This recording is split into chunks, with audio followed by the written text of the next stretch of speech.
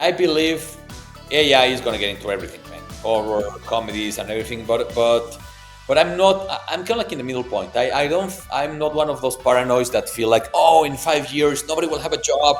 AI is going to be directing all the movies. I don't feel that. But I also do feel it's a tool that is going to come well into our lives in all careers, not just in film.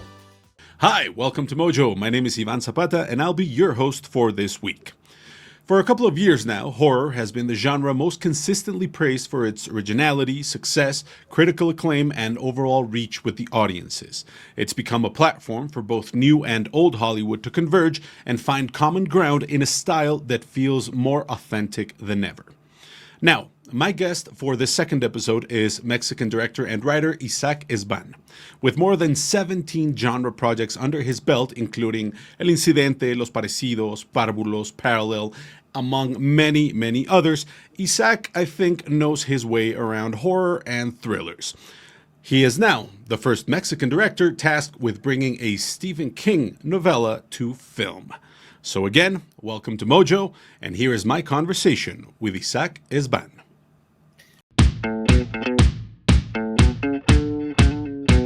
Thank you very much, man. Very happy to be here. Thank you for welcoming welcoming me to this podcast. Okay, let's get into the meat of things here. I want to get right into the topic of horror. So, a very simple question: what is horror, and how did horror come into your life? I'm sure you saw a movie, you were way too young, you were not supposed to watch it, and it triggered something. It triggered something in your brain, and you're like, okay, this is what I want to go into. So, what's that story for you?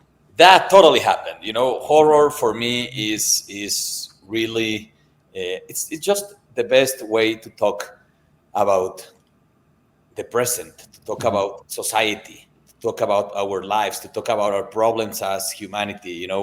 I love this speech that I think Mike Flanagan, I'm going to quote him, he gave this in Sitges when he won the Time Machine Award, and he said, fantasy is to talk about the past, science fiction is to talk about the future, but horror is to talk about the present, about what we're experiencing as society.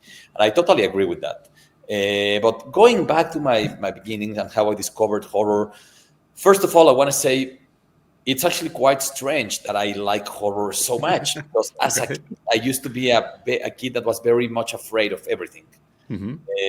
That's actually why I became a film director. I've told this many times in other interviews, but I used to be a kid that was afraid of things that were normal to other kids. For example, I was afraid of playing football because I would say, "What happens if the ball hits you in the face?" I was afraid of getting on a ride on an amusement park because I'd always say, "What happens if the car falls?"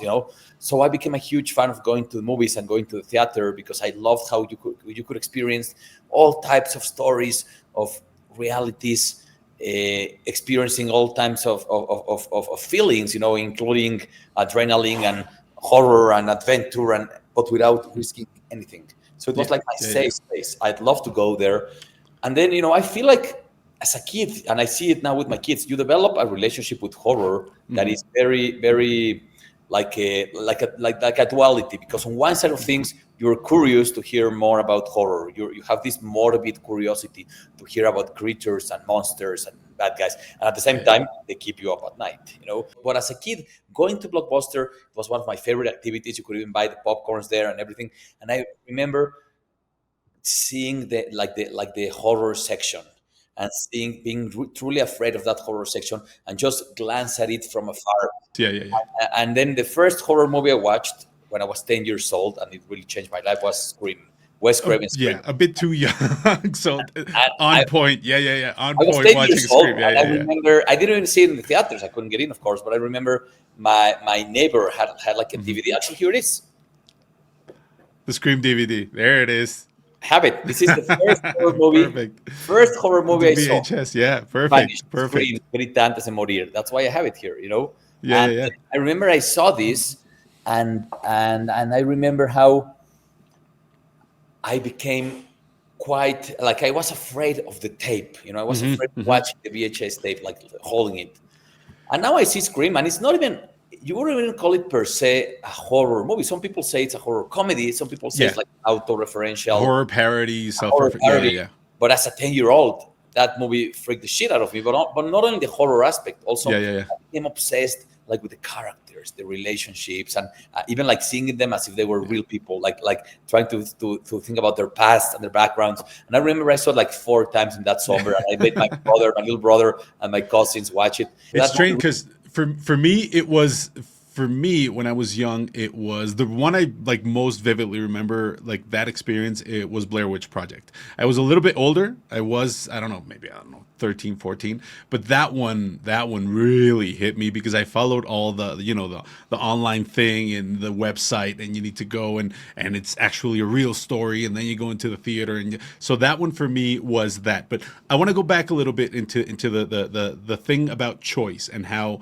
choice in different aspects makes horror greater, right? Like you talk about going into Blockbuster and you having to choose that movie, and going all the way back, people who wanted to experience horror had to choose to go and watch horror in theaters, in everyone. And right now, it's not as much about choice as like the amount of movies and horror movies that are out there. So I wanted to go into that specifically. Horror is going through like waves, or goes through waves. So you have slashers, you have something like elevated horror, cosmic dread, psychological horror, parody horror. You have all these types of horrors. So where do you think we are right now in regards to horror? Because I know we're not in like the way back when of horror. We're not even in like the 2000s, even though it seems like it, because, Scream has come back, and I Know What You Did Last Summer came yeah. back and stuff like that. So where are we right now with horror? Well, this is what I believe. I feel like every decade has been, horror is a genre that has an essence that keeps intact all the time, and at the same time it evolves and changes, I would say, every decade. So this is all obviously talking very generally. There are exceptions, but I found it very interesting how I feel in the 70s horror was a very subversive genre. It was subversive, and it was a lot about rape and revenge. It's a lot about punishing the people getting late. Like if you get late, you die. Punishing young people or teenagers that go out of the city to make their mess, to party, to go to a cabin. So horror was a lot about that. Then I would say the 80s become the golden age of the slashers, right? That's when Freddy and Jason come in, and all the sequels, and it relates a lot to what I said about in the 70s. Teenagers being butchered, but it's more about a serial killer, slashers. Then in the 90s, suddenly the slashers come back with the opening of Scream, because Scream comes back, and then it's all about I Know What We Did Last Summer, Urban Legend, all this. Then suddenly in the 2000s, I would say, is the time for Oriental horror, like these remakes made of like The Ring and The Grudge. So we go a lot to like ghosts, but it's not only ghosts. It's like ghosts that relate to like technology, like TV or like a photo camera. What was that movie of the photographer that has like a ghost in his? I know the video games fail frame, but the movie. No, it's like a Japanese movie. Well, No, but I know that one. Yeah. So it's a lot. I call it Oriental horror, and it's a very specific type of ghost that you can see its face, whether it's a boy or a girl, but the hair is all on the face, moves very fast. So it's not a ghost that just appears. It's a ghost that can be there and suddenly is here. So that's the early 2000s, and then of course after the 2010 we come to the age of the found footage, which begins earlier with Blair Witch Project, which is 99, which at the same time takes a lot from Cannibal Holocaust. But it's not until I think Paranormal Activity, which is I would say the most profitable movie ever made, that movie comes out, and I think that movie cost I'm going to say numbers out loud, I'm not even accurate, but maybe that movie cost $100,000 or $200,000 to make. I made 500 million or something like that.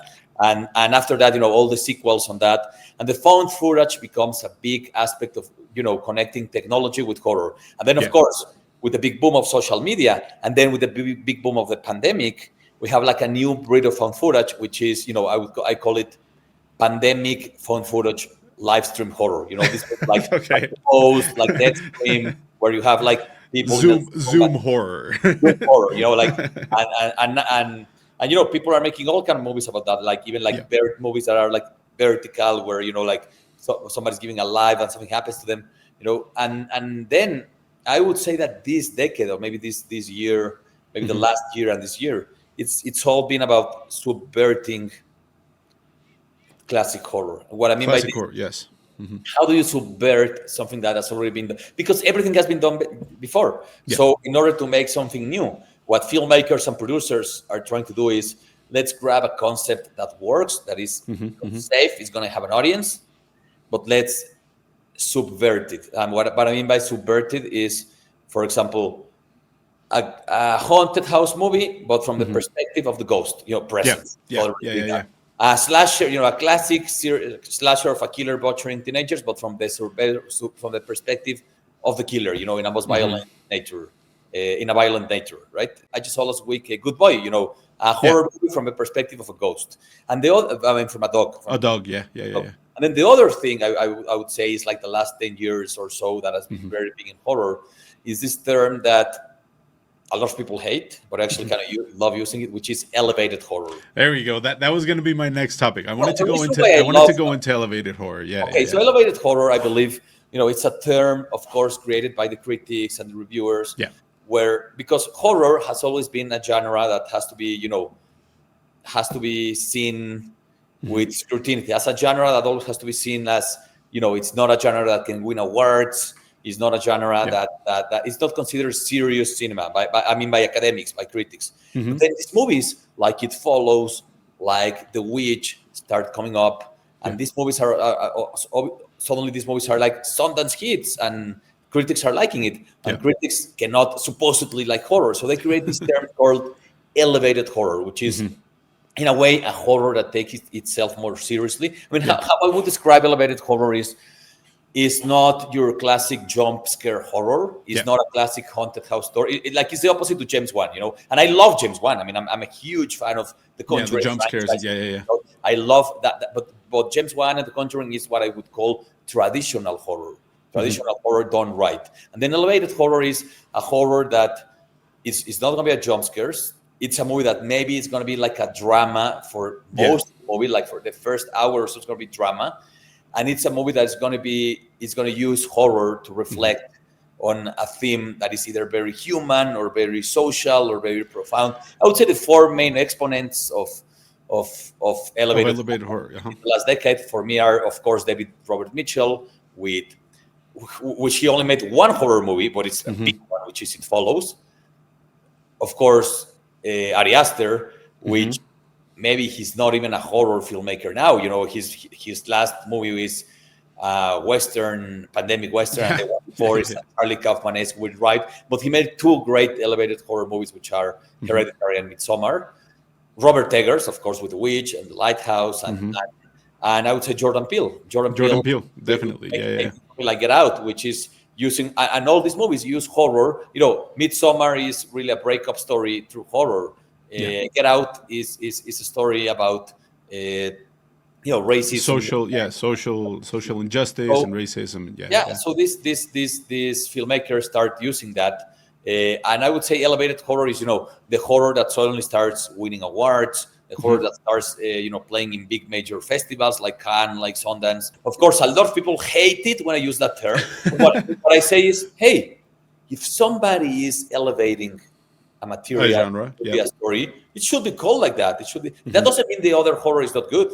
All horror can be great. It's just a category. The problem is the word elevated makes it sound as it's a little bit snobbish. It's It's not like it's better than everything. Category. You have traditional horror. You have elevated horror. It's a category. That's what it's interesting for elevated horror as well, and it's something that I've tried to look into a bit more and study a bit more. Is that combination of they're not very expensive to do, but they have really good returns, and they tackle subjects that a lot of people can relate to. One of the last one is, for example, Him. It's football and horror, right? So it makes for very interesting. It tries to bring in as much audience as it can, and I think that's the success of like this elevated horror that people are calling it, right? And is that a good evolution of like opening up horror to a lot more people, to a lot more of the audience? Is that where we're going to stay right now, trying to get as much people into horror as possible, doing these types of movies, or do you think we're going to move into something else? No, I feel like these movies, and these movies have been done always. I think not only Yeah. in the last 10 years. You see a movie like Rosemary's Baby. I mean, I always like when I'm talking to people who don't like horror, and they always tell me, I'm not much into horror because I don't like the jump scares of it all, but I like Rosemary's Baby. That's what people Yeah. say all the time. Yeah. And I feel like these movies I'm mentioning, like Hereditary, like Midsommar, like The Witch, are kind of like a Rosemary's Baby for the new decade. And Yeah. so I feel like these movies are definitely bringing more academics. Like I have this friend who doesn't like horror at all. He's a huge drama guy, but he loved, Raw and these movies. So I feel like these movies are definitely bringing more audience to horror. More audience, I mean, people who don't like jump scares. I mean, more reviews, academics, festival audience. That doesn't mean it's the only horror getting made. You still have Terrifier with 3 sequels, and I think they're making like 3 more. And you still have Yeah. Controverse, which was like 9 movies. Yeah, you have Saw, and you have all these. So horror with gore will always be made. Traditional horror with a haunted house and a spooky ghost will always get made. That doesn't mean that elevated horror is gonna become like the main thing. It's just another breed of horror that's becoming more and more successful nowadays. Yeah. Cool. And another thing that's very interesting, because a lot of the movies that you mentioned come from international directors. International meaning not U.S. or Canada-based directors, right? So they're from Europe, they're from Latin America, they're from all these places, and that's... Well, I don't know. I mean, the 4 directors I told you are in the main exponent. I think they're American, but I think it's coming from all over. Yeah. It's coming from a lot more places, and it because before what you saw was, for example, with The Ring and all these like Japanese or Asian, like Oriental movies, like you said, they make their own version of them in the United States, and they, for that market specifically. But right now, they're bringing the stories directly from their place of origin and putting them in theaters, and it's happening. Like, obviously not only in horror, but mostly in horror, because they're giving that new platform and they're looking for these new directors and these new voices. So what is the importance of new voices and new directors in a more like to make more of a global audience for movies right now? Because like the United States alone is not sustainable. We're looking at that, and we're looking at movies that are not performing as well in box offices in the United States. So you need to bring in new voices. You need to bring in something like a Troll, or like what was this World War II movie of the guy who's just taking revenge on absolutely everyone? Glorious Bastards. No, Inglourious Bastard. That's I probably described like every single World War II movie ever. But yeah, no. Recently there was one that just came out, and it came out over there, and then it became huge, and they just did the sequel in the States and stuff like that. But you know what I mean, like bringing in new voices and international voices. How does that change horror right now and the industry of horror movies right now, which is very important because they're making the numbers. They're tackling the box office numbers right now, doing these types of decisions. So what is the importance of international voices or like global voices in horror right now? Well, I feel like the good thing about international voices in horror is that we all talk about the monsters, the legends, the myths, the sensibilities we have in our own countries. I mean, coming from Mexico specifically, in Mexico, we have a deep culture of horror. We have myths like La Llorona, or like La Pascualita, or like El Chupacabras, or like we have all these. And also, Mexican society really loves horror. We have the Day of the Dead, which is the day we give call to the deceased. Everything that happens to us, we explain it through a story, through a myth, through a legend. And that's why horror is very successful in the box office in Mexico, both Mexican horror and international horror. Now you go to Asia, they also have their own myths, their own legend, and their own ways to portray horror, which is in a way that is maybe more plastic, more exaggerated, or with more gore, More raw, more yeah. Because you look at someone like Takashi Miike, and he did Audition. Audition for me is a horror movie, completely and absolutely. It's a horror dating movie. Yeah, exactly. Yeah. I don't know what kind of date you want to go on, but yeah, sure. That's not the dates I want to go on, but it's a horror movie dating. But so you have all that horror breeding together, and then you go to Latin America. and you have other meets, other legends. You have filmmakers like I love the new generation of filmmakers from Mexico doing horror, like like my friend Rigoberto Castañeda or Jorge Michel Grau or Michel Garza or Edgar Nito or Isa Lopez who did Tigers Are Not Afraid. Or there are so many of them. I don't want to forget anyone. And then you have people from Argentina like Demian Rugna making Wherever Lurks, which won at Sitges. I feel like I feel like US studios and companies are more and more looking at those directors and see who could bring a great horror movie over there, because it's always, if you bring an international director to make a movie, it's going to bring a different voice, a different touch, a different sensibility. And I also think it's interesting that we as creators from Mexico, we don't make horror movies only based on icons from the US or UK, but we try to talk about our legend. I mean, I actually kind of done both, because a movie like Párvulos, my latest movie, to be honest, it doesn't have a very Mexican element in it. But a movie like Mal de Ojo, Evil Eye, the movie before that, it's a movie that talks about witchcraft in a way that is very Afro Mexican, Afro Caribbean and Mexican and Latin, more than a movie like with witch sensibilities that comes from UK or US. Yeah. I want to let's get into something that I know it's very interesting for us at WatchMojo, and it's something that really stood out and why I wanted to get you on here on camera. It's you've been giving the not so easy task of adapting the work of the king of horror, right? Stephen King. So 2 questions. Your favorite Stephen King adaptation, and is there a King adaptation that you think is underrated, that horror fans should really just revisit it with fresh eyes and look at it again? So those 2 questions to start off with. Well, first of all, I'm going to say, it's a huge honor for me. I'm a huge Stephen King fan. I grew up reading King. The first novel I read from King was Misery. Yeah. Fell in love with the style. Then I read The Shining. Then I read Pet Sematary. Then I read It, which happens to be my favorite book of all times because of the themes, its futures, and everything. And I love how King embodies what I call the essence of the contrast of beauty and brutality. His stories are often brutal and really horrific and bloody, and at the same time they can be very beautiful and very tender and very sweet. And some of my King favorite movies are actually not even horror movies, movies like The Shawshank Redemption or The Green Mile. Or The Green Mile. Love them. And I feel that contrast of beauty and brutality, which also another creator that really does it very well is Guillermo del Toro, is something that has inspired me a lot as a filmmaker. So that's why it's a huge honor to be adapting something from him.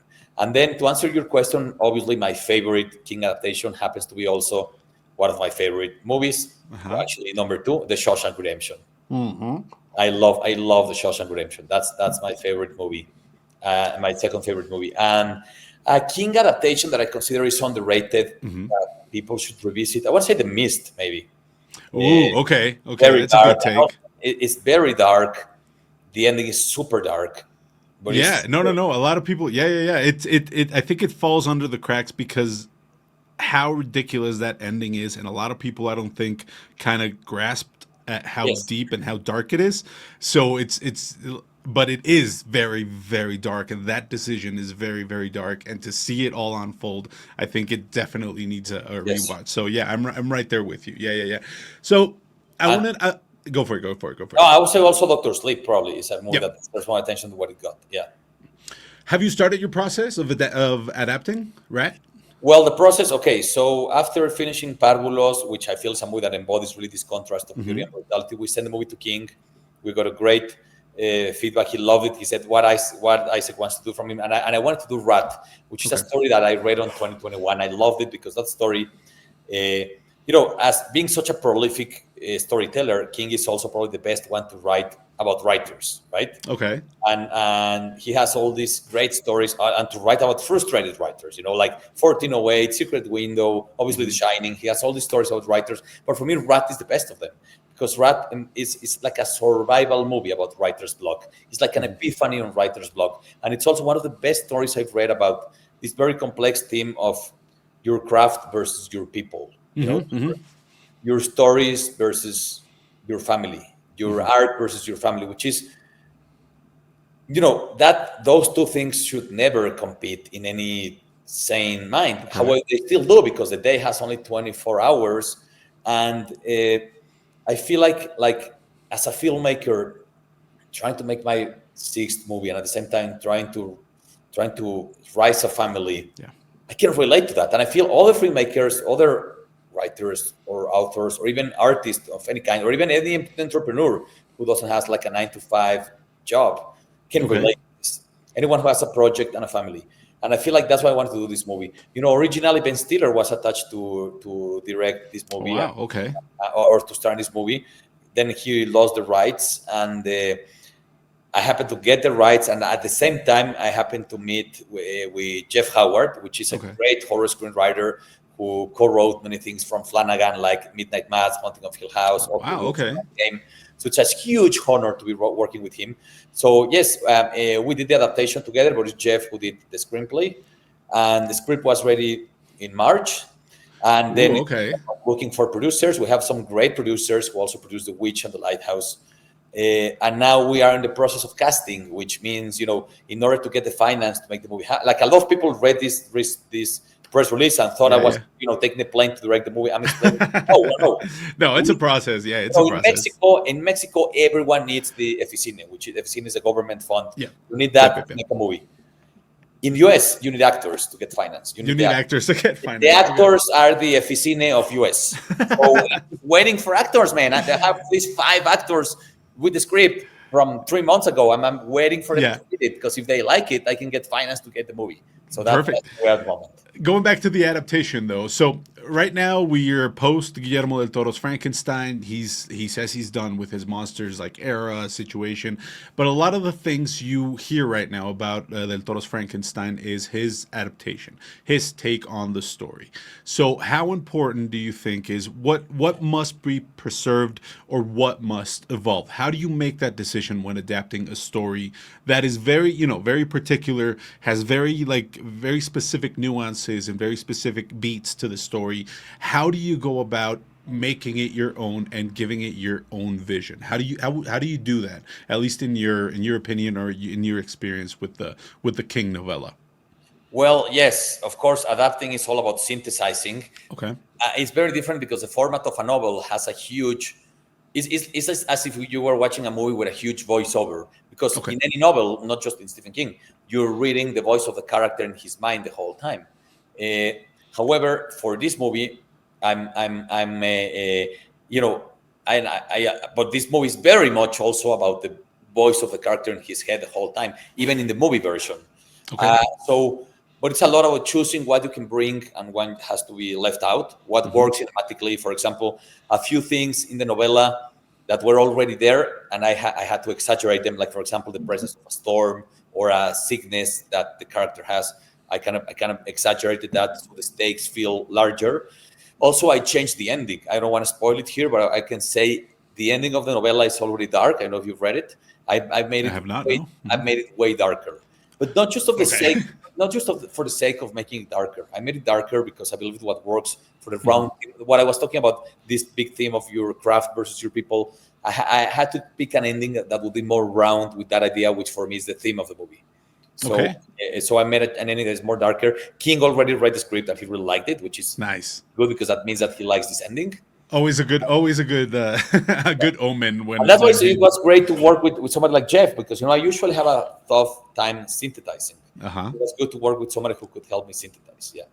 Perfect. And I know a very important question right now in the industry is: do you think horror and this type of this way of making horror, do you think it's a bit more impervious to something like AI, for example? Because very vocal Guillermo del Toro after his screening, he went fuck AI, and he didn't care. So what do you stand on this? Is that something that might hinder the production of horror, or is it something that might serve the production of horror down the line? Where do you stand on that? I believe AI is going to get into everything, man. Okay. Horror, comedies, and everything. But I'm not. I'm kind of like in the middle point. I don't. I'm not one of those paranoids that feel like, oh, in 5 years nobody will have a job. AI is going to be directing all the movies. I don't feel that. But I also do feel it's a tool that's going to come well into our lives in all careers, not just in film. I mean, I use it already nowadays, but I would never use it to make a movie. I kind of agree with Del Toro. I don't want to use it to make a movie, but I use it to visualize. I use it to make posters. I use it for that, And I feel like any job that is very mechanic, for example, maybe you would still need a production designer because you need a human who designs that together with the AI. But maybe the builders and all that are going to go. Still going to The have to AI be is going to be able to create a background, but like whatever you need, And the same with the DP. It's going to come to a point where the AI is going to make the light as good as you want it, but it's not going to replace the DP. It's going to be a human who has to make the decisions.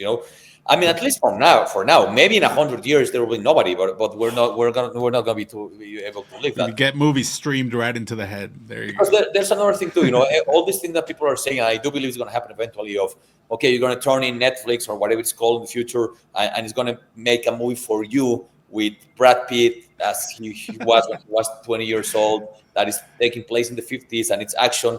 That's going to happen. That we're definitely going to get to that. But the problem with that is that if this platform makes a movie for me, it's for me only. Yeah.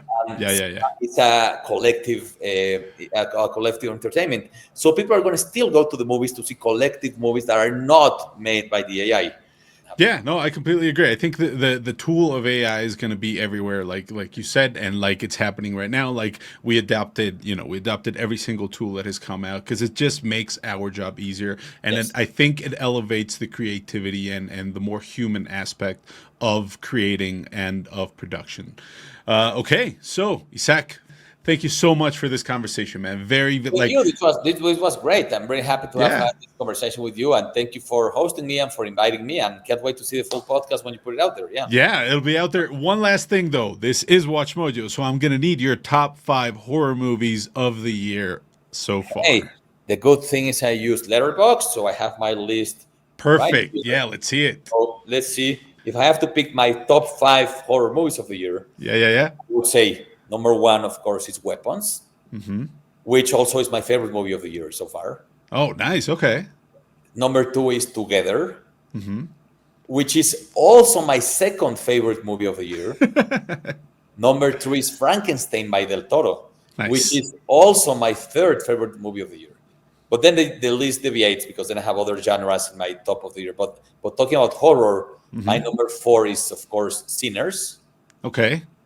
Beautiful. And my 5 is 28 Years Later. There it is. I enjoyed 28 Years Later so much, man. I cried. I got scared. I everything. So it was an experience, that one. Yeah. Danny Boyle did it again. All right, man. Isak, thank you so much again for being with us here in Mojo, and we hope to see your adaptation of Stephen King's Rat very, very soon. Good luck with that, and we're all very excited to see it. So thank you again. Thank you so much. Thank you. Bye. Talk to you later. Bye.